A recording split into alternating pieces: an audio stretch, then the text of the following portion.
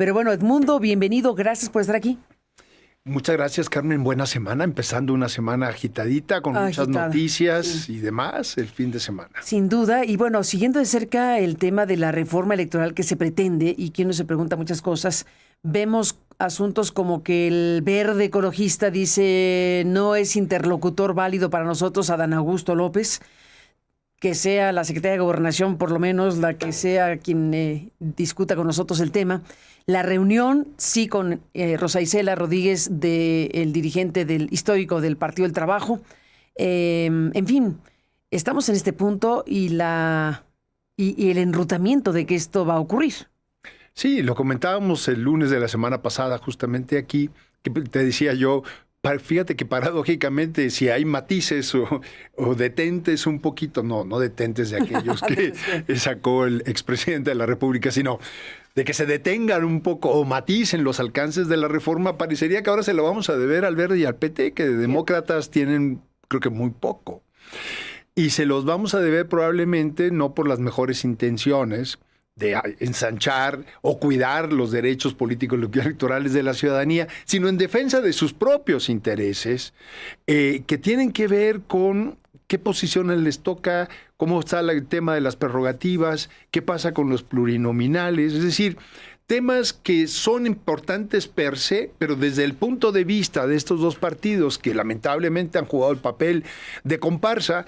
Y no solamente con Morena, sino si uno revisa su historia, han sido en algún momento comparsa del PRI, del PAN, de Morena, etcétera, han ido y venido en estos acomodos como clientelas políticas que suman al partido mayoritario para conformar mayorías, incluso mayorías calificadas como la que ahora tienen.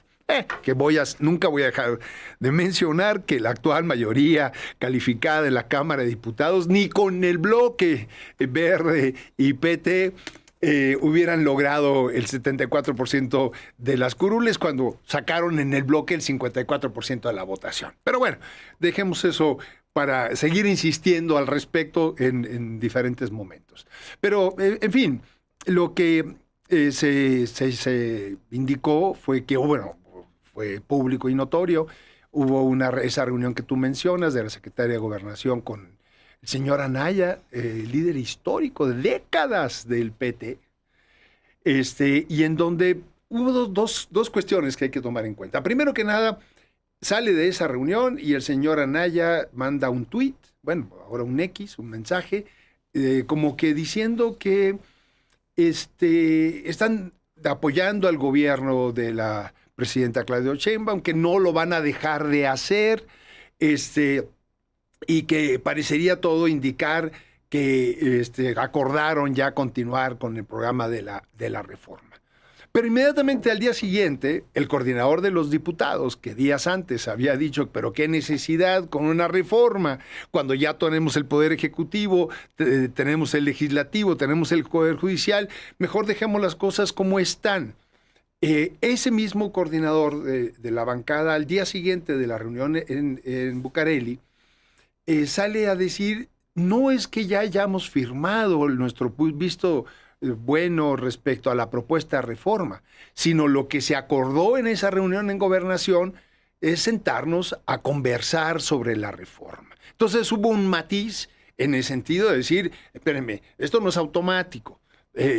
Simplemente abrimos el espacio para la conversación. Quiere decir que ni los propios aliados fueron convocados a los trabajos de la comisión presidencial. Curioso, Luisa María Alcalde, presidenta de Morena, también en una expresión pues, que yo diría hasta cándida, dijo, creo que el día de ayer o antier, que ni siquiera ella conocía la reforma, la propuesta, que esperaría a que estuviera la propuesta para entonces entrar a una discusión. Es decir, ni siquiera la estructura, digamos, político-electoral del partido gobernante, la presidenta de ese organismo, ni siquiera parece ser que estuvo tampoco convocada a esas discusiones. Entonces ha estado en otro circuito.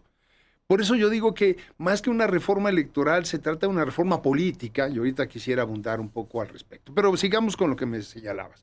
Entonces parecería que lo del PT es abrir una mesa de conversaciones en gobernación, y con ella en particular, no con otros interlocutores, sobre el alcance de la reforma. Inmediatamente después el Partido Verde sale también a levantar la mano y a decir: nosotros tampoco conocemos el alcance de la reforma, no estamos dispuestos a firmar cualquier cosa, y eso sí, nuestra interlocutora tiene que ser o la presidenta de la República o la secretaria de Gobernación, porque con el coordinador de Morena en el Senado, el señor Adán Augusto López, no queremos tener ninguna conversación porque para nosotros no es un interlocutor confiable. Entonces, bueno, volvemos a lo que conversábamos el lunes pasado. Tiene dificultades el bloque gobernante entre sus mismos actores para ponerse de acuerdo en el alcance de la propia reforma. Porque al menos por lo que hace a prerrogativas y a plurinominales, toca en la médula dos elementos fundamentales que tienen que ver con la supervivencia de esos partidos.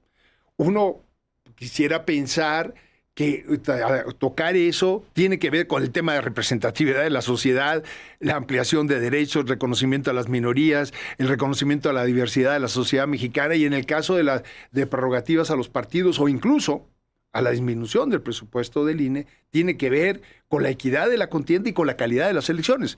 Parecería que no son necesariamente los resortes que mueven al PT y al Verde, ni la democracia, ni la defensa de derechos, ni la equidad de la contienda, sino la defensa de sus propios intereses, supervivencia. No me gusta, pero lo voy a decir, parece que como franquicias políticas para seguir viviendo del erario público en general y en particular en municipios o en estados de la República, que por lo menos el Verde tiene dos gobernadores que llegaron por su sello, en el caso de San Luis Potosí, en el caso de Quintana Roo, con la gobernadora de aquel estado. Es decir, el escenario parecería que no es tan automático de simplemente decir, como lo hizo una propuesta de la presidenta de la República, ya los aliados están estrictamente con nosotros ahí. Pero incluso, te vuelvo a repetir, Luisa María Alcalde reconoce que no conoce y no ha estado sentada en esa discusión, lo cual me parece que lo elemental en una reforma electoral es que las instituciones, los organismos públicos electorales reconocidos como tales, como son los partidos políticos, sean los principales promotores y quienes estén discutiendo una reforma, y parece que están definitivamente excluidos. Mucha gente me pregunta, entonces, ¿por qué insistir en este momento en una reforma electoral o política por el alcance que tiene, cuando hay tantos temas sobre la mesa? Y vamos, mi respuesta es la siguiente, porque lo que están viendo es la elección del 2030. ¿Qué quiero decir con esto? El aprendizaje de Morena en el gobierno con López Obrador es muy claro. En la primera parte, la primera mitad de su sexenio, Andrés Manuel López Obrador impulsó todo un conjunto de reformas y dejó la política electoral para la segunda mitad de su sexenio. Sin embargo, en las elecciones intermedias del 21 se llevó un revés. Perdió la mayoría calificada en la Cámara de Diputados. Y eso le dificultó que su plan de reformas constitucionales, que entre otras cosas implicaba la concentración del poder en el Ejecutivo Federal, la cooptación del Poder Judicial, la cooptación del Poder Legislativo, la cooptación de los órganos electorales, se truncara. E incluso, pues, la Corte en su momento le frenó sus iniciativas de plan A, plan B y plan C, indudablemente sin entrar al fondo siquiera, por el método mismo que se utilizó, eran inconstitucionales. Pero si hubiera entrado al fondo la Corte, hubiera encontrado justamente que iba en contradicción con muchos de los preceptos constitucionales por ser una reforma claramente regresiva que limitaba derechos a la ciudadanía. Yo creo que ese aprendizaje de lo que pasó en el 21 tiene marcado a Morena para el 27. Y yo creo que es muy pragmática la decisión de por qué ahora en este momento. Porque en este momento, inconstitucionalmente, pero tiene la mayoría calificada en el Congreso para, sin alianza con nadie más, sin conversación con nadie más, sin sentarse a negociar con nadie más, pueda hacer las reformas constitucionales que implican una reforma como la que quieren hacer. Entonces, lo que quieren es aprovechar en este momento esta coyuntura de tener la mayoría calificada en la Cámara de Diputados y en la Cámara de Senadores para que, independientemente del resultado de las elecciones intermedias del 27, tengan las condiciones, digamos, legales, constitucionales, operativas, para garantizarse las mejores condiciones en la contienda del 30. Es decir, ¿por qué? Porque lo que estaría haciendo, si procede lo que el diputado, Ricardo Monreal, manifestó la semana pasada al salir de la reunión con la presidenta de la República, que están pensando en reducir entre el 30 y el 50% de las prerrogativas de los partidos. Con todo este discurso de que es un ahorro. Pero no se trata solamente de pesos y centavos. Aquí hay un tema de fondo, es el tema de la equidad de la contienda. Y es el tema de ponerle ojo, fiscalización, para detectar injerencia a través del dinero de fuentes indebidas, incluso del crimen organizado en la política. O en el otro caso, se habla también de reducir entre el 30 y el 50% el presupuesto del Instituto Nacional Electoral. Cuando el tema no es un tema de pesos y centavos, vuelvo otra vez, es un tema de la calidad de la organización de las elecciones. ¿Qué va a pasar? Si se reducen esas proporciones, no le va a quedar otra línea, lo digo con toda claridad, que hacer lo que hizo el año pasado con las elecciones del Poder Judicial.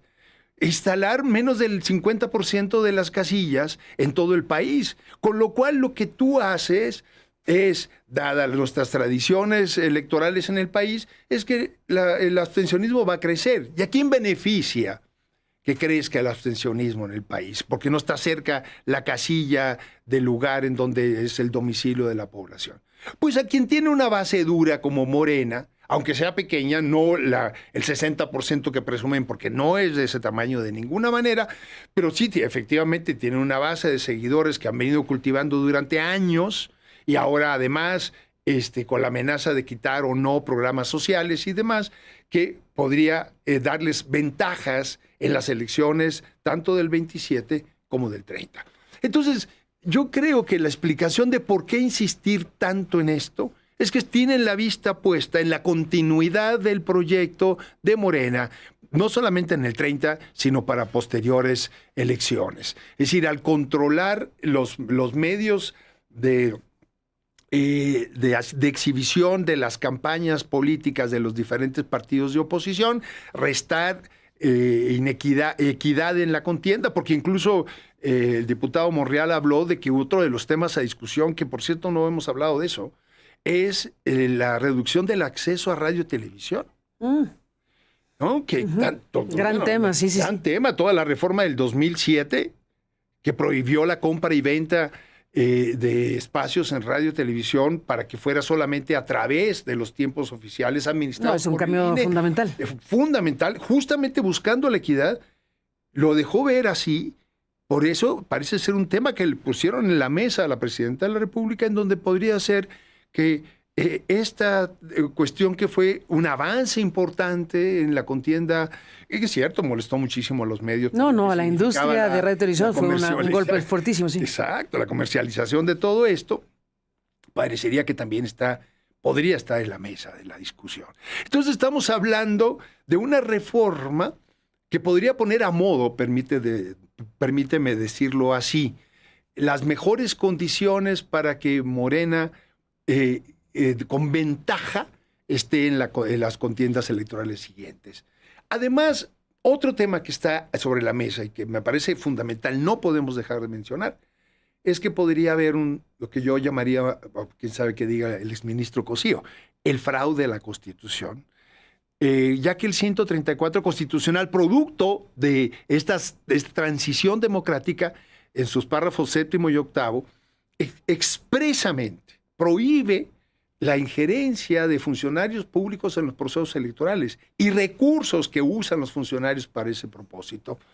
Este tema también parecería estar sobre la mesa y de contrabando meter tal vez una reforma en el 41 constitucional que en aras de la libertad de expresión permita que los funcionarios públicos intervengan en los procesos electorales. Y aquí está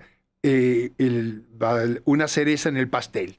Sí, otra vez el tema de revocación de mandato.